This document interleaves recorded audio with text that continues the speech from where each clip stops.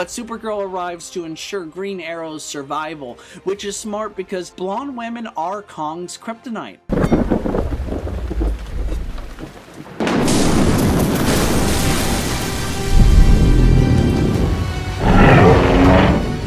Giant monsters are terrorizing the DC universe, so we need to harness the Speed Force and hit the ground running. Previously, Godzilla and Superman faced off, and it didn't end well for the Man of Steel. Let me tell you, if you're new to this series, I highly recommend you pick up the first 2 issues, or you can watch my breakdown videos. The links are in the description.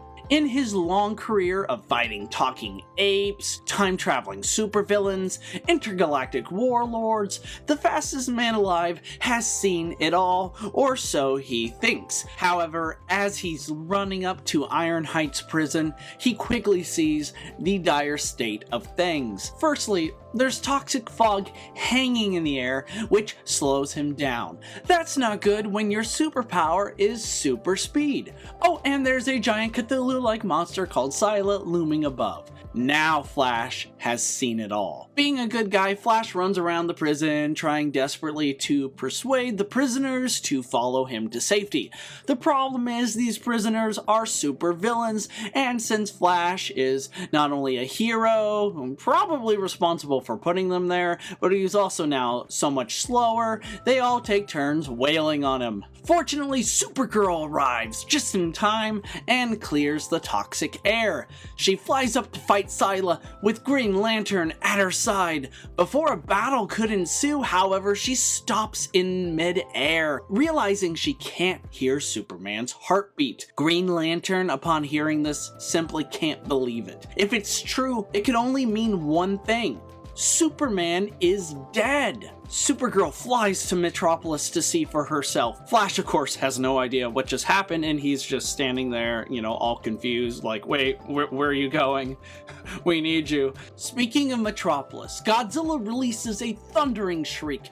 Billy Batson huddles over Superman, clearly traumatized by what he had just witnessed. Before Godzilla could stomp them into oblivion, Atom Smasher tackles the atomic reptile to the ground, buying Billy and a revived Hawkgirl time to escape. But you see, Billy, he's reluctant to leave, and when Godzilla savagely kills Atomic Smasher right before his eyes with a bone-crushing bite, Billy makes what could be his last stand. Blaming himself for everything for Superman's death, Billy calls down the storm. A bolt of magical lightning blazes through Godzilla and transforms Billy into the mystical equivalent to Superman, the superhero known as Shazam. Shazam adopts Superman's strategy of luring Godzilla away from the city, but before he does that, he wants to hit Godzilla as hard as he can, something which Supergirl concurs. She shows up, and the two send Godzilla crashing down, most likely into a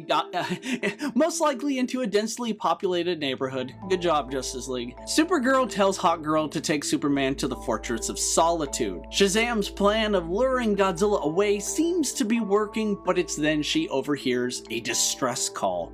The Flash and Green Lantern are having a difficult time wrangling Scylla. Supergirl takes flight, doing what her cousin would have wanted her to do. At Iron Heights Prison, the Legion of Doom arrive to replenish their forces.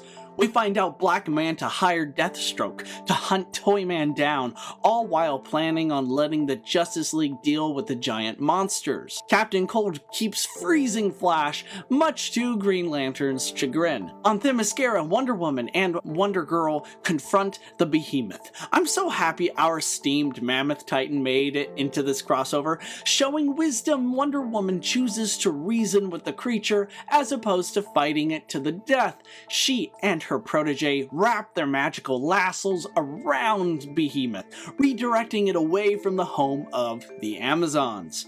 Just when they think they've reasoned with the creature, Behemoth shakes them off and leaves.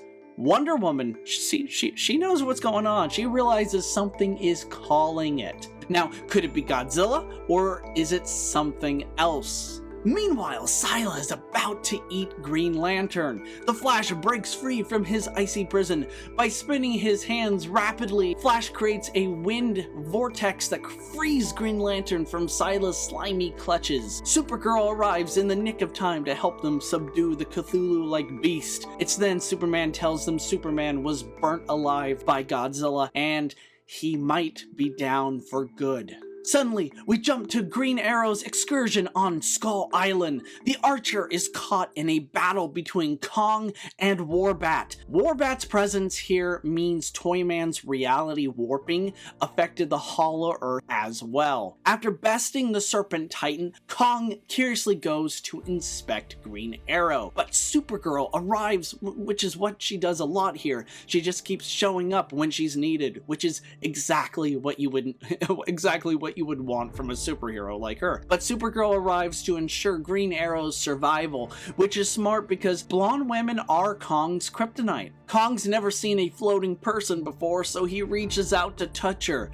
Not wanting any of that, Supergirl punches him in the face. But all this succeeded in doing was piss Kong off. In Gotham City, the Justice League team responsible for bringing Kamazotz down are left with more questions than answers. They neither know where the giant monsters came from, nor why they're attacking them in the first place. Cyborg detects a high-frequency beacon, which is what the monsters are responding to. But before the world's greatest detective can put the pieces together, a heartbroken Shazam lands to deliver the news of Superman's untimely passing.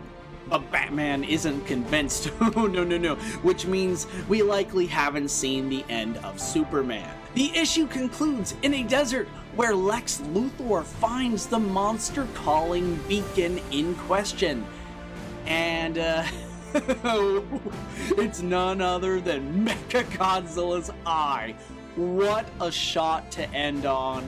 That is a cliffhanger. Kaiju viewers, please let me know what you think about the story thus far. In the meantime, I'll continue covering this epic crossover.